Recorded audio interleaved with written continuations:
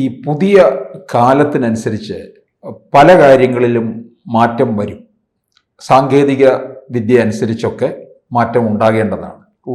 ഇപ്പോൾ ലോകത്ത് പല രാജ്യങ്ങളിലും പല കാര്യങ്ങളിലും മാറ്റം സംഭവിക്കുമ്പോൾ സൈനിക കാര്യങ്ങളിൽ മാറ്റം വരുത്തുകയാണ് ജർമ്മനി.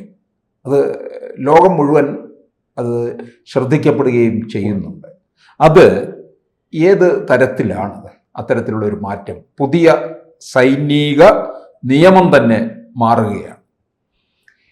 സാറ് പറഞ്ഞത് ശരിയാണ്. ജർമ്മനി ഈ കാലത്തിന് മുന്നേ സഞ്ചരിക്കുന്ന തരത്തിൽ മുന്നേ സഞ്ചരിക്കുന്ന ഒരു രാഷ്ട്രമാണ് ജർമ്മനി എന്ന് നമുക്ക് പറയാം. ഞാൻ അതിൻ്റെ ചരിത്രത്തിലേക്ക് പോകുന്നില്ല, നമുക്ക് ഇപ്പോഴത്തെ വിഷയത്തിലേക്ക് തന്നെ നിൽക്കാം. ഇപ്പോൾ അവിടെ ഒരു പുതിയ സൈനിക നിയമം, പുതിയതല്ല ശരിക്കും പറഞ്ഞാൽ, അത് പണ്ടും ഉണ്ടായിരുന്നതാണ്. അതിപ്പോൾ അവർ വീണ്ടും പൊടിതട്ടിയെടുത്തിരിക്കുകയാണ്. അതായത് ഒരു സൈനിക സേവനം എല്ലാ പൗരന്മാരും നിർവഹിച്ചിരിക്കണം. യുവാക്കൾക്കെല്ലാം സൈനിക സേവനം നിർബന്ധിതമാക്കാനാണ് പോകുന്നത്. അതവർ ആദ്യം നിയമപരമായിട്ടല്ല ആഹ്വാനം ചെയ്യുന്നു. ഈ ചെറുപ്പക്കാരെല്ലാം ഒരു 18 വയസ്സ് കഴിഞ്ഞ ആ ചെറുപ്പക്കാർ 6 മാസമെങ്കിലും സേനയിൽ സേവനം അനുഷ്ഠിക്കണം. ഇതിനൊരു കാരണമുണ്ട് കേട്ടോ. ഇത് കൃത്യമായിട്ട് ഇതിനൊരു ലക്ഷ്യമുണ്ട്. അതിൻ്റെ കാരണവും ലക്ഷ്യമൊക്കെ ഞാൻ പറയാം. പുറമേ നമ്മൾ പറയുകയും വിശകലനം ചെയ്യുകയും ചിന്തിക്കുകയും ഒന്നും ചെയ്യുന്ന കാര്യങ്ങളല്ല അത്. അപ്പോൾ ഈ ചെറുപ്പക്കാരും ചെറുപ്പക്കാരികളും യുവാക്കളും യുവതികളും അവർ 6 മാസമെങ്കിലും ഒരു ഹ്രസ്വകാല സേവനം സേനയിൽ അനുഷ്ഠിച്ചിരിക്കണം എന്നാണ്. അതിന് ഒരു പരിശീലന കാലം പോലെ അതിനെ കരുതിയാൽ മതി. സൈനിക പരിശീലനം. അതിലൂടെ അവർ പ്രധാനമായിട്ട് ഉദ്ദേശിക്കുന്നത് ഈ റിസർവ് സേനയുടെ എണ്ണം, റിസർവ് സേനാംഗങ്ങളുടെ എണ്ണം കൂട്ടുക എന്നുള്ളതാണ്. അതായത് ഇപ്പോൾ അവർക്ക് 1,00,000 റിസർവ് സേന ഉള്ളത്, അത് ഇരട്ടിയാക്കുക, 2,00,000 ആക്കുക. അതിന് 2036 വരെ വരുന്ന 10 വർഷം വളരെ കൃത്യമായി പദ്ധതിയിട്ട് പോകാനാണ് അവർ ഉദ്ദേശിക്കുന്നത്. അതിന് ഒരു ആക്ഷൻ പ്ലാൻ തയ്യാറാക്കിയിട്ടുണ്ട്. ഇനി ജനങ്ങൾ ഇതിനെ എതിർക്കുകയാണ്. ഞങ്ങൾക്കത് പറ്റത്തില്ല, അങ്ങനെ നിർബന്ധിത സൈനിക സേവനം പറ്റില്ല, ഇഷ്ടമുള്ളവർ സേനയിൽ ചേർന്നോട്ടെ, അല്ലാത്തവരെ നിർബന്ധിക്കരുത് എന്നൊക്കെ പറഞ്ഞാൽ പാർലമെൻറ്റിൽ നിയമം കൊണ്ടുവരും. അതാണ് ജർമ്മനിയുടെ ഇപ്പോഴത്തെ ഭരണകൂടം ഉദ്ദേശിക്കുന്നത്. നിർബന്ധിത സൈനിക സേവനം എല്ലാ വ്യക്തികൾക്കും നൽകുക എന്നുള്ളതാണ്. അതായത് രാജ്യത്തെ പൗരന്മാരെ മുഴുവനും സൈനികവൽക്കരിക്കുക. ഇത് ഇപ്പോൾ നമ്മൾ പറയുന്നത് എന്താണെന്ന് വെച്ച് കഴിഞ്ഞാൽ, റഷ്യ വലിയ പ്രശ്നങ്ങൾ ഉണ്ടാക്കുന്നു. ഈ നാറ്റോ രാഷ്ട്രങ്ങളുമായിട്ട് റഷ്യ വലിയ പ്രശ്നങ്ങളും ബുദ്ധിമുട്ടുകളും ഉണ്ടാക്കുന്നു. അറിയാമല്ലോ, ജർമ്മനിയും റഷ്യയൊക്കെ അടുത്തടുത്ത് കിടക്കുന്ന രാഷ്ട്രങ്ങളാണ്. ഈ പറഞ്ഞതുപോലെ റഷ്യയുടെ ഭീഷണി വളരെ വലുതാണ്. ഇപ്പോൾ ഉക്രൈനെ റഷ്യ ആക്രമിച്ചു, അത് ഏതാണ്ട് നിലംപരിശാക്കി, തകർത്ത് തരിപ്പണമാക്കി, മുച്ചൂട് നശിപ്പിച്ചു, അങ്ങനെയൊക്കെയുള്ള വിഷയങ്ങളുണ്ട്. അപ്പോൾ ഇനി അടുത്തത് ഉക്രൈൻ കഴിഞ്ഞാൽ അടുത്ത നാറ്റോ രാഷ്ട്രം ഏതാണ് റഷ്യ ലക്ഷ്യം വയ്ക്കുന്നത് എന്നൊരു ചോദ്യം ഉണ്ട് നിലവിൽ. അപ്പോൾ അത് ജർമ്മനിയെ ആണോ എന്നൊരു ഭയം അവർക്കുണ്ട്. അപ്പോൾ അതുകൊണ്ട് ഈ റഷ്യയുടെ ആ ഒരു കടന്നുകയറ്റത്തെ ചെറുക്കാൻ ആണ് വാസ്തവത്തിൽ ഇത് ചെയ്യുന്നത്, ഈ പരിശീലനം കൊടുക്കുന്നത് എന്നാണ് പുറമേ പറയപ്പെടുന്നത്. അത് നിർബന്ധിതമായിട്ട് എല്ലാവരിലും അല്ലേ സൈനിക പരിശീലനം. അത് ഇപ്പോൾ 18 വയസ്സാകുന്ന നേട്ടമുണ്ടാകും.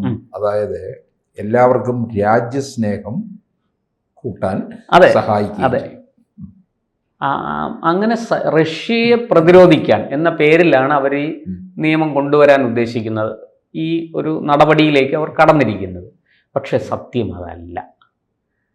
സത്യം ഇന്ന് ജർമ്മനി മാത്രമല്ല, മിക്ക യൂറോപ്യൻ രാജ്യങ്ങളും ഈ മുസ്ലിം അധിനിവേശത്തിൻ്റെ ഭീഷണി നേരിടുന്നുണ്ട്.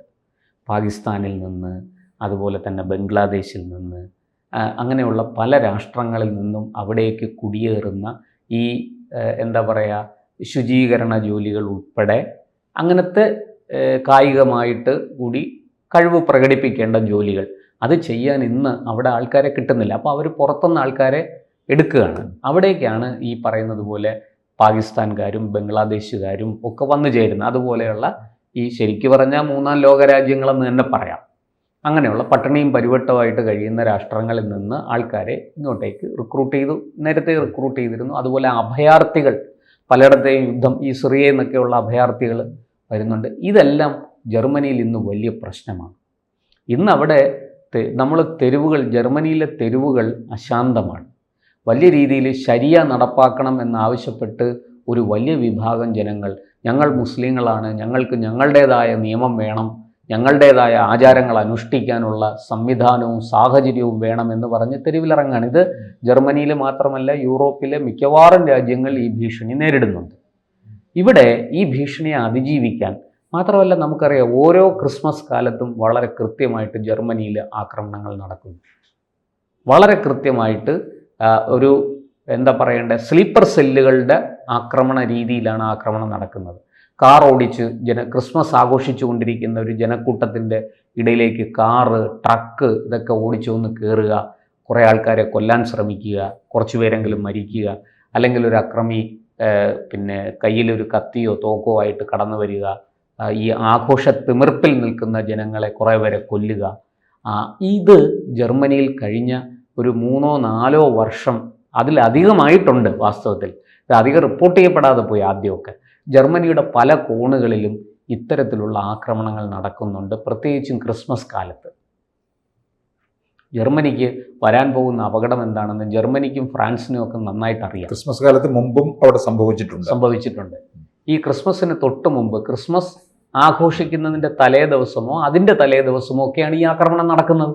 പള്ളികൾ കേന്ദ്രീകരിച്ചും അവിടെ പിന്നെ ഈ എന്താ പറയുക, പൊതു ഇടങ്ങളിൽ, റോഡുകളിലൊക്കെ ആൾക്കാർ, ജനം അങ്ങ് തെരുവിലേക്ക് ഇറങ്ങി ആ തെരുവുകളങ്ങ് ആഘോഷ തിമിർപ്പിലാകുകയാണ്.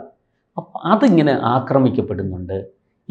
അത് മതത്തിൻ്റെ പേരിലാണ്. വളരെ കൃത്യമായിട്ട് ഒരു എന്താ പറയുക, ഇസ്ലാമിക രൂപത്തിലുള്ള ആൾക്കാർ, ഈ എന്താ പറയുക, ഇസ്ലാം വിശ്വാസികളായവർ തന്നെ ഇത്തരത്തിലുള്ള ആക്രമണങ്ങൾ അവിടെ നടത്തുകയാണ്. ഇത് ജർമ്മനിക്ക് സൃഷ്ടിച്ചിരിക്കുന്ന തലവേദന ചെറുതല്ല. അവർക്ക് വരാൻ പോകുന്ന ഈ അധിനിവേശം, ഇപ്പോൾ അവിടെ തെരുവിൽ കാണുന്ന ഈ വലിയ കൂട്ടമായി എത്തി നടത്തുന്ന പ്രതിഷേധവും സമരവും, ഇതെല്ലാം അപകടമാണെന്ന് അവർക്കറിയാം. അതുകൊണ്ട് തന്നെയാണ് അവർ പൗരന്മാരെ പരമാവധി, അത് നിങ്ങൾ ഏത് ജാതിയിലോ മതത്തിലോ പെട്ടവരാകട്ടെ, പക്ഷേ ജർമ്മൻ പൗരനാണെങ്കിൽ നിങ്ങൾ നിർബന്ധിത സൈനിക സേവനം നിങ്ങൾക്ക് വേണം. കാരണം ഈ 6 മാസമോ 1 കൊല്ലമോ കൊണ്ട് അവരെ തികഞ്ഞ ദേശീയവാദികളാക്കി മാറ്റാം എന്നുള്ളതാണ്. മാത്രമല്ല, ഏത് സമയത്തും ഏത് ആക്രമണത്തെയും പതറിപ്പോകാതെ, ഭയന്നു പോകാതെ നേരിടാനുള്ള കരുത്ത് ഭാവി തലമുറയിൽ ഉണ്ടാക്കി കൊടുക്കുക, ഇതും അതിൻ്റെ പുറകിലെ ഉദ്ദേശ്യമാണ്. അങ്ങനെ വളരെ കൃത്യമായിട്ട് ഇവർക്ക് ഈ പറയുന്നത് പോലെ 2026 20,000 പേരെ പുതിയതായിട്ട് പ്രവേശനം കൊടുത്ത് ചെറുപ്പക്കാരെ പരിശീലിപ്പിക്കാനാണ് ഉദ്ദേശിക്കുന്നത്. അത് 2030 ആവുമ്പോൾ 38,000 പേരിലേക്ക് എത്തണം. അത് അങ്ങനെ കൂടി 32ഓടെ 40,000 പേരെ ഇത്തരത്തിൽ പരിശീലിപ്പിക്കണം എന്നാണ് അവർ ഉദ്ദേശിക്കുന്നത്. ഇത് മാത്രമല്ല, ഈ പറയുന്ന പോലെ അവർക്ക് അതിനൊരു ഇതുമൊക്കെ കൊടുക്കുന്നുണ്ട്, ശമ്പളമൊക്കെ കൊടുക്കുന്നുണ്ട്. ഏതാണ്ട് നമ്മുടെ ഇവിടുത്തെ ഈ ഇന്ത്യൻ രൂപയിൽ പറഞ്ഞാൽ 1.8 ലക്ഷം രൂപ, 2,000 യൂറോ അവർക്ക് കിട്ടും. അത് പ്രതിമാസം കിട്ടും. ഈ ഹ്രസ്വകാല സേവനത്തിൽ ഇപ്പോൾ 6 മാസമാണ് സേവനമെങ്കിൽ പ്രതിമാസം 2,000 യൂറോ വെച്ച് കിട്ടും. അങ്ങനെയും ഒരു ഇതവർ ചെയ്യുന്നുണ്ട്. അപ്പോൾ എല്ലാവരും ഇത് പിന്നെ നിർബന്ധിതമായി ഇതിനകത്ത് അതെ സൈനിക സേവനത്തിന് തയ്യാറായിരിക്കണം, അതിനുള്ള പരിശീലനം നേടിയിരിക്കണം. അത് വളരെ കൃത്യമായിട്ട് ഈ ഇസ്ലാമിക അധിനിവേശത്തിനെതിരെ ജർമ്മനി എടുക്കുന്ന ഒരു നടപടിയാണ് എന്നാണ് ഞാൻ മനസ്സിലാക്കുന്നത്. പുറമേക്ക് അവർ റഷ്യയെ നേരിടാനാണ് എന്നൊക്കെ പറയുമെങ്കിലും ഇതിനിപ്പോൾ യൂറോപ്പിലെമ്പാടും വ്യാപിക്കുന്ന കാഴ്ച നമുക്ക് കാണാം. യൂറോപ്പിലെ പല രാഷ്ട്രങ്ങളും, കാരണം അവിടെയൊക്കെ ജനസംഖ്യ കുറവാണ്, അതുകൊണ്ട് തന്നെ അവർക്ക് ഈ പൗരന്മാരുടെ വെൽഫെയർ, അവരുടെ പിന്നെ എന്താ പറയുക,